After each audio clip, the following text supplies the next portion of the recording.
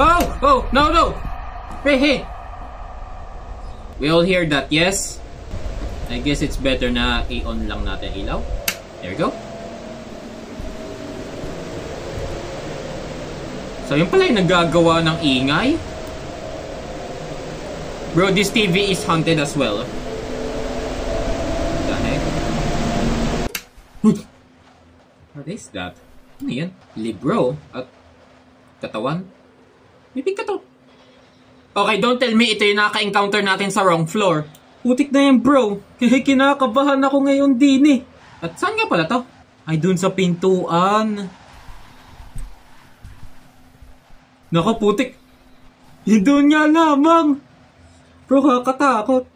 Wala mangyayari sa atin pagka nilapitan natin or kunin yung librong yun, ano? Okay, sige. Let's give it a try. Layo na tayo ng konti. Ayun yung mata niya. Putik, kakatakot. Objective, get out. Ano, nag-start pa tayo pumasok din sa apartment na to. Inaabangan na pala niya tayo, oh. Yung siya, titingnan niya tayo, oh.